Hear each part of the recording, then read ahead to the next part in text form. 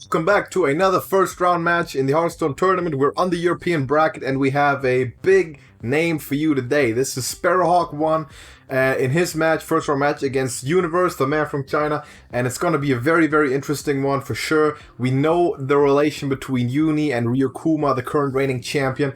They are lab partners, they work Hearthstone together, they put their deck ideas together, and the triangle is complete when we look at the bracket and we see that the winner of this match will be facing Ryukuma in the second round. So we could either get the Clash of Titans with Sparrowhawk, or we could get Union to play his best friend. So it's going to be an interesting one for third sure. matchup against Third matchup already, because they face each other in each tournament so far. Ryukuma so far having won those. Before we get into this whole video, are we getting ready here? Let me remind you to drop a like on the video. Sparrow might have spectation turned off. Oh, we might have to get him on that. That's not good. Let me remind you to drop a like on the video for these competitors, and as we're getting to spectate Sparrowhawk here, hopefully. So currently we're seeing Universe, obviously. Yes, we're trying to flip it around whenever we are able to spectate Sparrowhawk. Drop a like on the video. Subscribe to TrashcanTV is what I meant to say. And you can join our Discord server. The link to that's in the description is on now. So let's leave here really quickly and join back in. Get Sparrowhawk on the bottom for you. Get Uni on the top. We already saw what they're bringing. Sparrowhawk here with the Demon Hunter. And Universe on the Warlock. And as soon as we get in, we're going to get an insight into what's going on here.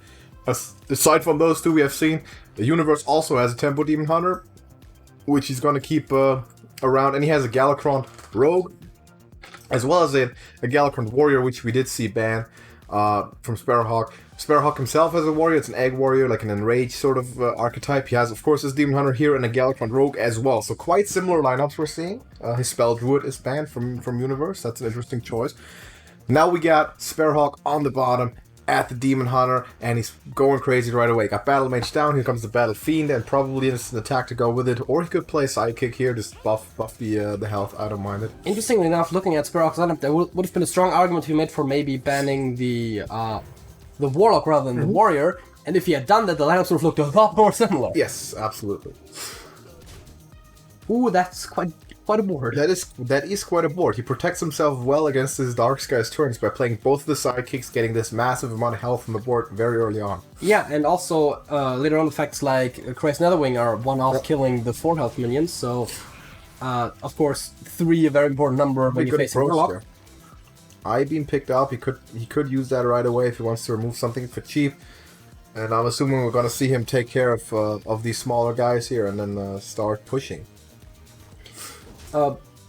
Yeah, I mean, I don't see why not. Bloodthirst Saboteur, of course, a very interesting tempo inclusion in a tempo deck, because not necessarily the most common inclusion, but it is a very good tempo card, because you're slowing your opponent down for playing vanilla stats. So, and right now you're in that situation. You have the Dark Skies, but it won't clear you the board, because Sparrowhawk played this well in the beginning. And we just might see it like anyways. Uni is picking this up. Let's see, how many cards does he have? 7. 7. He's facing 11 health. 11 health. So Sparrowhawk has managed to put that much on the board.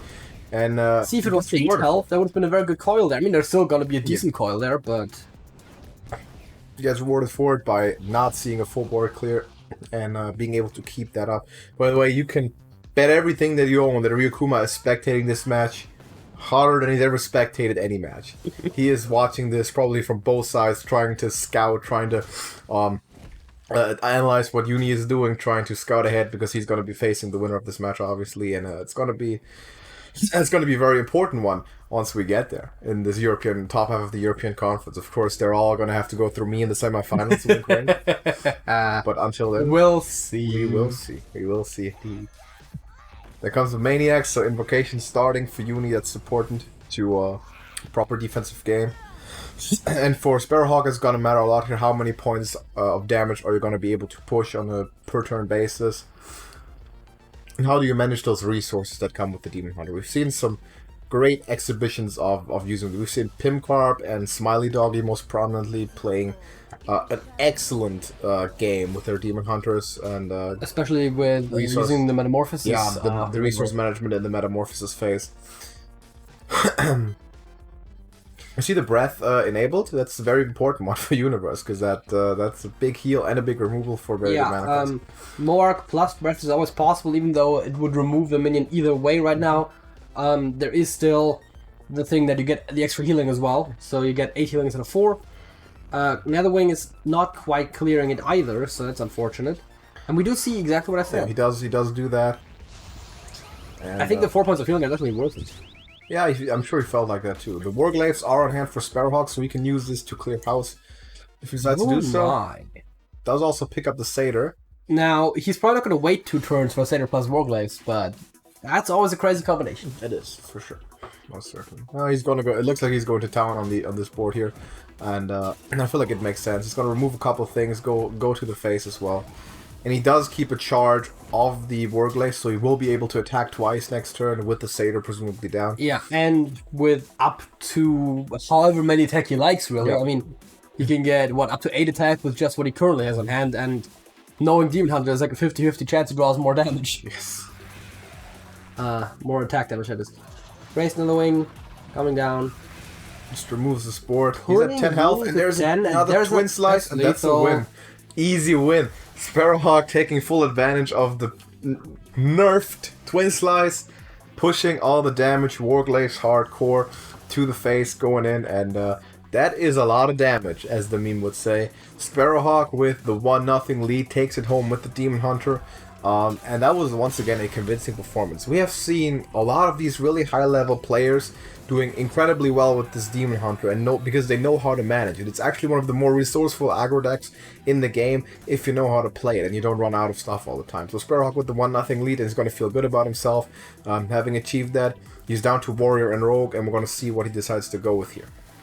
Yeah, of course, Universe still having all of his options open. I think for him, generally the best deck to play at any given point in this matchup is probably the Warlock. I think that is the most favored deck against what Sparrow's bringing, and let's see what they chose. By the way, this match, of course, like any other, is sponsored by Beverage.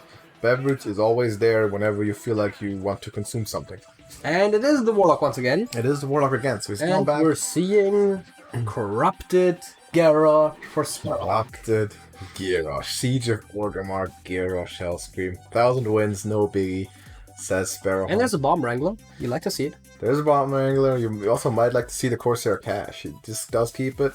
And Universe decides I'm gonna win with this control deck. I'm gonna live by it, die by it. He's a skipper. And that's a good hand for Sparrow. They're gonna love to see that, because that Wormald Challenger with the Rampage will be a big dog soon. And there is another one. Another one, indeed.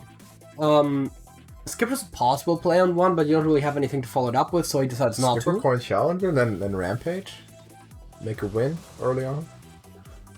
Yeah, it's possible. Wait, but does it say enemy minion? It does say enemy minion. Okay, fair enough. He's of course a cashier, Life War Lands. He's gonna like the lackeys for sure.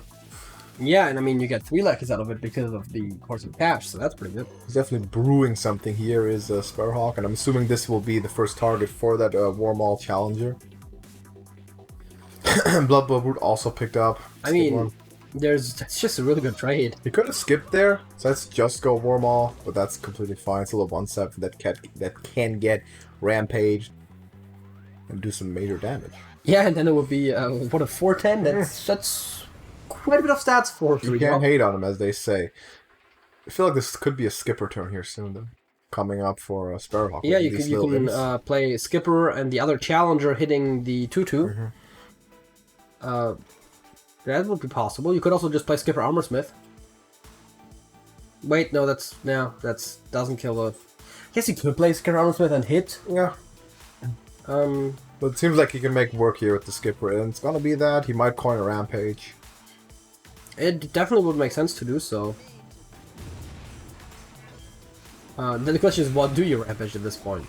Because there's a good argument made for the Skipper. That's true. Maybe keep it at some point. Keep it around. And he's set up for some major damage coming out. And maybe just as importantly, getting a lot of armor as well. Armor, yeah. Taunt put down now. Brute is definitely already possible, and yes, we're going to see one of those. So. I mean, it's just a very clean way to clear the board. Could coin the other one even before he ran in there. Could have. Yes, you could also now coin the Rampage. Coin the Rampage. Protect against Dark Skies a little more. I like it.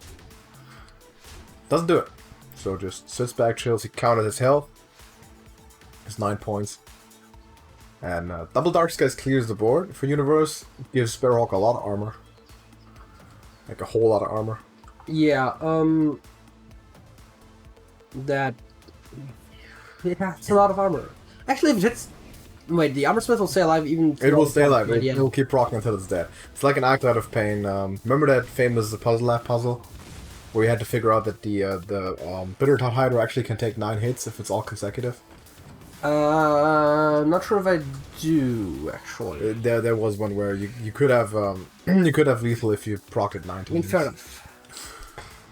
Interesting option, of course, with the Bloods for Mercenary here to potentially Rampage a Brute and Bloods warn it.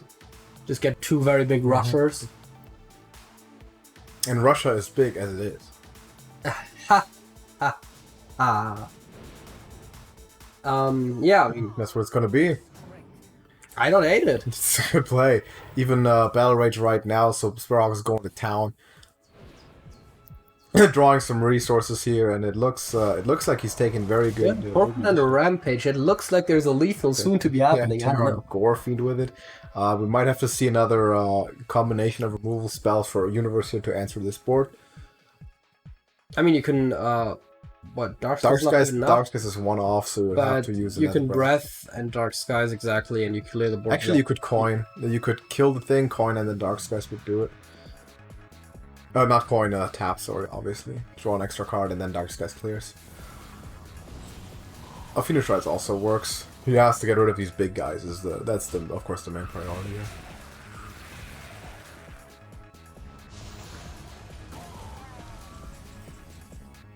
And we're expecting Sparrowhawk to start reloading quickly. He has the Terran Gorefiend Bomb Wrangler combo on hand also. He's gonna like to see that. Boosted up weapon, and start picking up lackeys here. The Universe is kind of running low on cards in hand already. And that's not necessarily something that you want as the That could be a big taunt there. It could be. The Warmal Challenger is a very good thing to taunt up, and then if you Rampage it later on, it's going to be a huge taunt. Puts it, actually spreads it around. I mean, I don't mind that. Definitely good argument to be made for that. I think we're going to see Gallopon coming down. I think so. I think it's fully upgraded. It summons 4 random demons. Yeah, I have to drop it here. You can't really argue with that. There we go. There's a Galakrond. Big push. It's something that he has to drop. It's also his best. Needs to find good demons here, and that's serviceable. I was going to say that it could have been worse. That is serviceable. There's worse demons in the pool for sure. Hit the claw and the taunt. The stealth one is of course a whiff, but the other ones are reasonably stabbed. Hey, it buffs his other demons. It does. It should have optimally buffed the 6-3, of course, but hey. There's 2 Bomb Wranglers now, and a single Skipper in sight. One of them has been used, of course. Yes, but the second Skipper not in sight. I mean, there's quite a few demons there. Gotta deal with those. A few big demons. They need to go. So Sparrowhawk needs to divert from his plan a little bit. Probably can't just push face past all this. You might like this lackey for a brawl or something.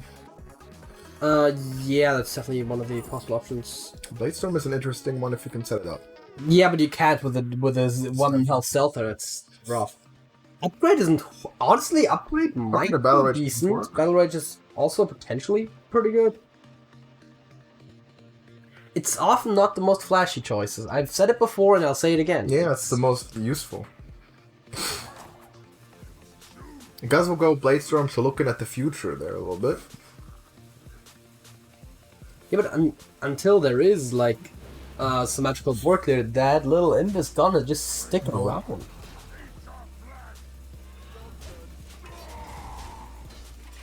And he did take care of some of these demons there as he had to. Couldn't just go. And now, of course, Bongs for board clear is possible. It deals 5, so you would have to hit something in the Wormhole Challenger first, but it's definitely possible. You could also just Krongs for a huge taunt. That would also be possible. Krongs for face damage, probably not as much. Yeah, that's probably the furthest you want to go here. That's true. You could hero power and Krongs buff if you feel like you actually have the upper hand like that on the board. It's kind of tough, given the amount of damage that Sparrowhawk is able to push.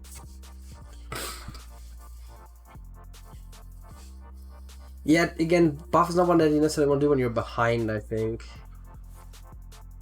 Even though he would be ahead on the board, he would still be behind in health a lot. I don't. So that's not a Kronks at all. Which is, you know, I mean, That's fine. he can clear off most of the board. I mean, all the important stuff. So why not? Skipper is a nut draw for Sparrowhawk here, no doubt. No, Bladestorm can clear at this point. Bladestorm can clear. And I'm assuming it will. That's why you probably pick it Hit up. one of the 1/1s in there. Hit both. Play of them. both. Play. Oh right, there's another 12. Yeah. Play both Bomb Wranglers and Bladestorm. Look good. I absolutely can't hate it. Plays one Bomb Wrangler and Bladestorms. Fair enough. Oh, he might want to play Terran, I guess. Terran this early? Maybe I was dropping an egg. No, He's it's gonna just set egg. up the Terran turn. And now we can still lackey and maybe drop the egg. We'll see. I think it was just looking what lackey he gets. But yeah. Ooh. Oh, dude. The foresight. This is why you are one of the better players in the world. Because you have the egg in your hand and you're like, no. There's this, like, 1 in a quadrillion chance that I get exactly faceless and it summons exactly knife juggle and I do 1 more damage to face. It's probably closer to like what 1 in 200 or something. And but that's that is why some people are world class and other people are just good, like us. But how about dealing 5 to the entire board now? I like it. It's probably a good idea. Because Darkskies is a really bad idea with Bomb Wrangler on board. Very instructive turn from Sparrowhawk there. That perfect. I'm trying to think if there's a 2-drop that would hinder you. Right offhand, because I can't think of one that's in the current standard. But there used to be a 1 or 2-drop that used to make stuff more expensive. But I don't think there's something like currently in standard. Yeah, Annihilation perfect. I mean, Yes, absolutely. Egg pops. There's another boom bot there. also, by the way, a very interesting moment there to showcase the order of triggers in Hearthstone. The Death Rattle triggers after the Knife Juggler is dead, of course, but the Summoning trigger triggers before the Knife Juggler because of positioning. Actually, I believe the trigger simultaneous, so the position doesn't even matter. We're running low on resources here for both sides. This will become a war of attrition. Who can manage this better? And this is really all you can ask for when you're Sparrowhawk. You're facing a control warlock. Yeah, and I was about to say, I would assume that the more experienced Sparrowhawk is probably the one who will be able to manage his Sets up a resources very better. good battle rage here. That's an important one. And there's a Skipper. Skipper picked up. It could become important if he's left alone there with the Bomb Wrangler. He can make a Terran Gore Fiend happen. Goes with it now, potentially. I mean, I don't hate it. Why not? Corcoran is also a good thing to get with Terran, because if you are trading him off, you get a charger right off of it. Oh, gets the big one. 1 in 8 to both hit him and deal the maximum damage. Assuming that the damage is even distributed, but I think that's what we've been assuming for a while now, and it seems to work. The luck of the Scottish, you know what they say. I think you're a little bit geographically off there. He's on there. The luck of the Gaelic. It spreads.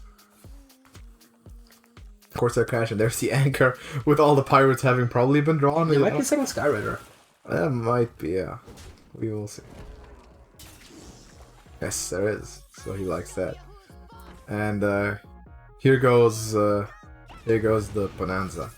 And this is what exactly what Does not play the Skyrider. he keeps it on hand. He chills. He could have played it, Could have played it. gotten another bomb to go off, and gotten another new one to replace it.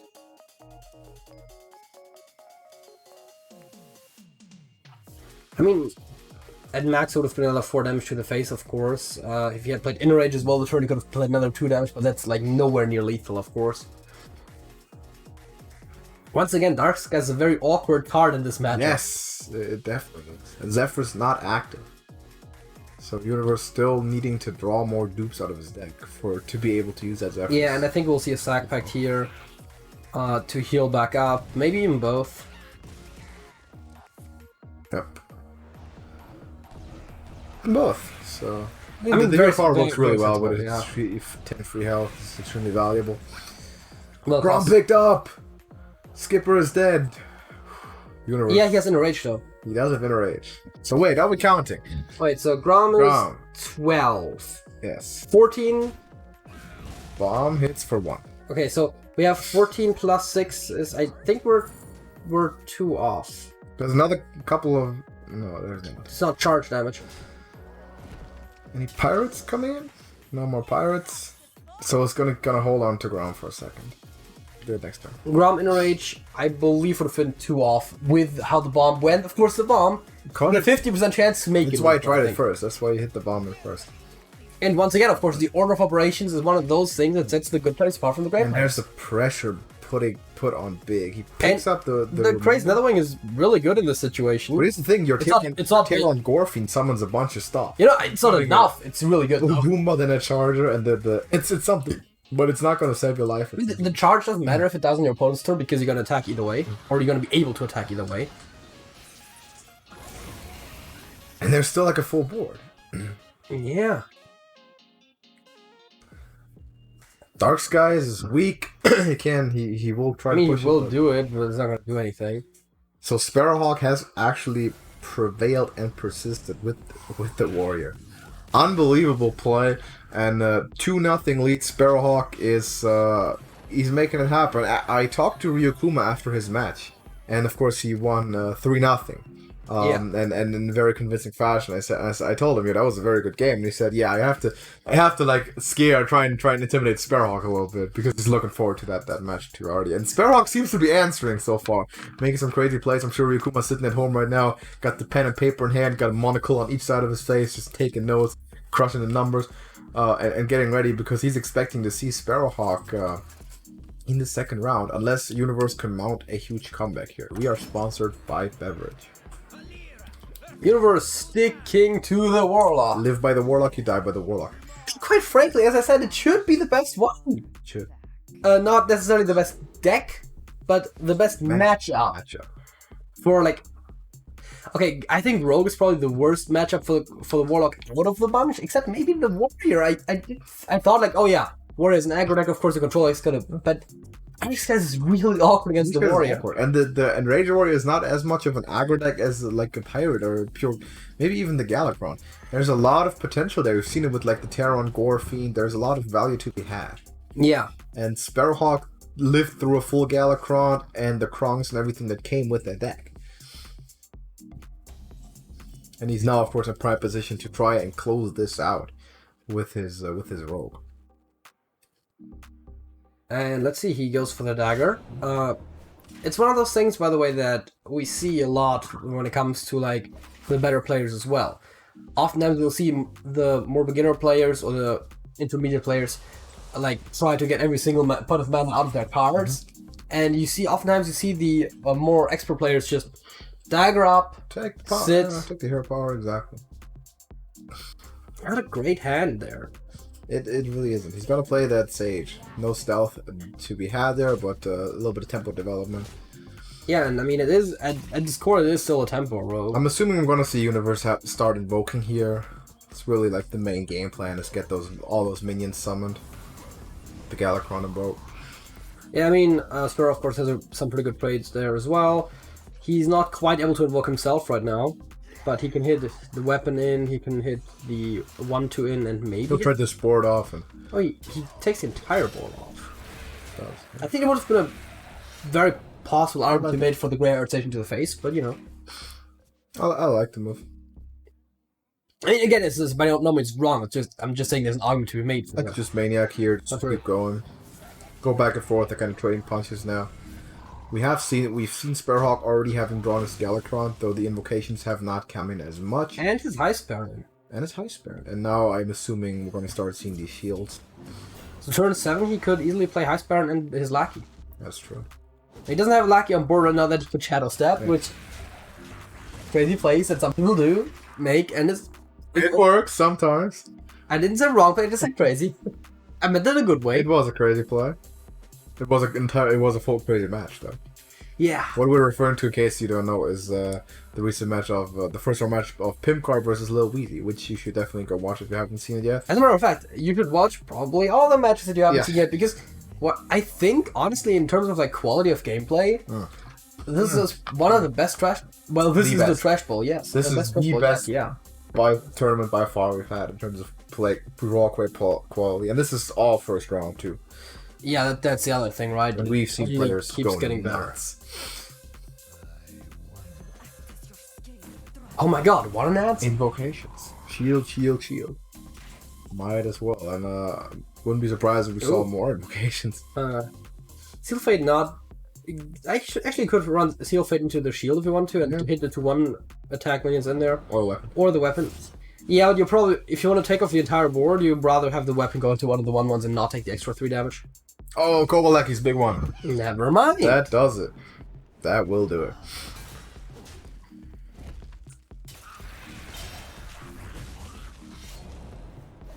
And I wouldn't be surprised if next turn we saw Draconic Lackey and High Sparrow. Oh, yeah. Seems very tempting. Why not? I assuming a board clear is on tap for Universe here.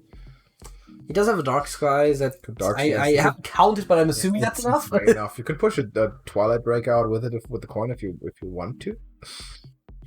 Yeah, get the board back. The Twilight Break isn't going to be huge, but it's going to be probably one of the better ones you're going to get. Because your hand is not going to necessarily grow much from here. And I'm assuming this is time for the Baron. And we're going to see if he decides to Shadow Step that highest Baron right back to his hand for extra value. So, do you take Fey-Wing or Twin Tyrant here? Do you take no Storm? Oh. You're playing a complicated control deck.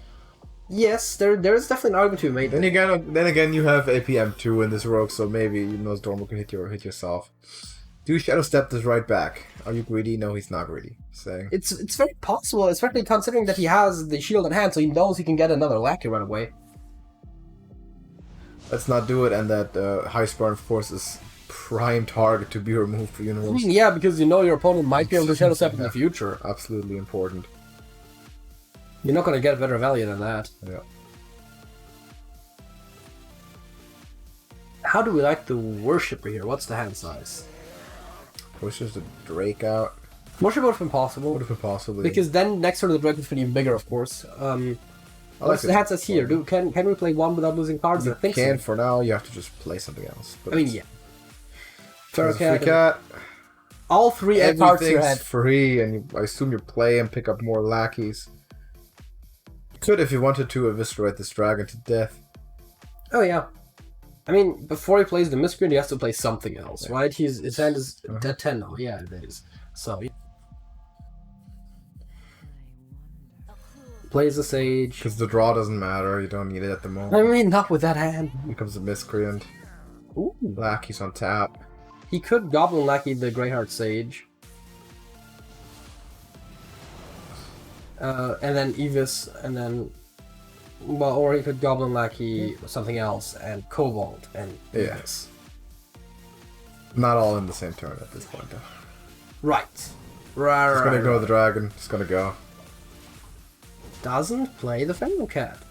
Smelled blood. And that is correct. He doesn't play the cat. Nor does he play the Draconic Lackey, at least that cost mana, but even that would have been affordable.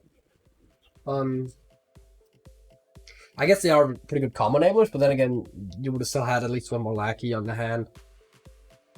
How's this Gallopin looking at this point? He needs one more. He needs one more. And he does, He does have it on the hand. That's what I was thinking, right? So he probably wants to do that somewhat soon.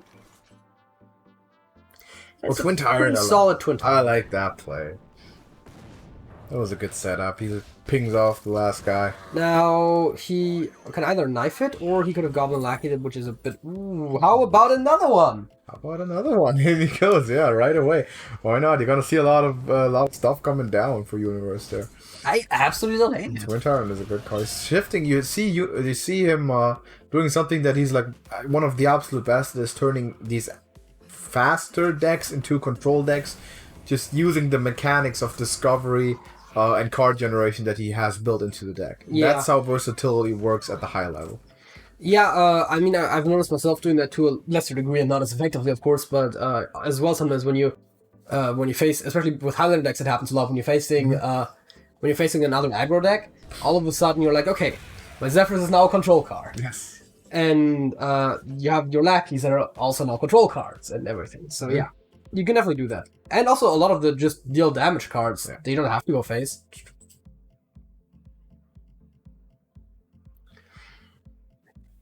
It's gonna put that final, that final invocation. Saying I have one of those as well. Setting his Galakrond up. And he will be... I mean, now he needs to play a lot of things, so he has the hand space for the Galakrond. Oh, Twin Tower might be a really good one. Good evolve. That's a bad evolve. That's a yeah. Yeah, you know what? Do it. You know what? Do it. Just do it again. Just to be correct here, just do it. And hit he something. couldn't let that stand. And that's a good evolve of the moon. That is a massive evolve with rush. That was not a mistake, universe. That was a great play. Yeah. No, I think he just realized that playing against Sparrowhawk was a mistake. Getting drawn there was a mistake, maybe. Well, it happens. I've made that mistake. Yes, you have. I've made that mistake. Singleton card still not active. Not active. No Zephyrus, no Dragon Queen, both on hand, neither really playable. There's Dark Skies on hand, but just the amount of health that this Colossus of the Moon has added, he's going to use the Netherwing just to remove as much as he can. Yeah, but that 12-8 is a little bit problematic. It's too much. It is too much. And Sparrow's going to win this game. I mean, yeah, I don't see how he wouldn't at this point. Because Universe can't play anything. And it's over. So yeah. Sparrowhawk is going to take it home with a 3-0 convincing win. Is he going to claw him in the face? Is he going to Evis him? Let's see. Yeah.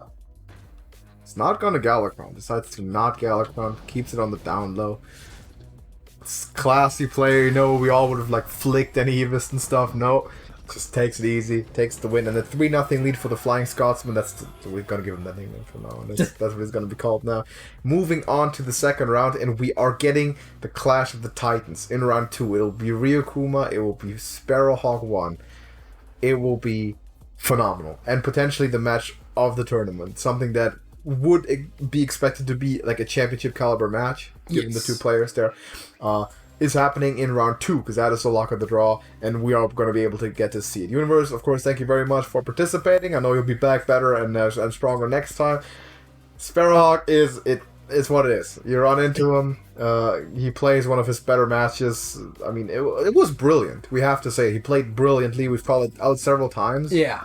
Of moments that this happens so much, and this is how I always realize how good players can actually be, is I start understanding the plays like as he makes them.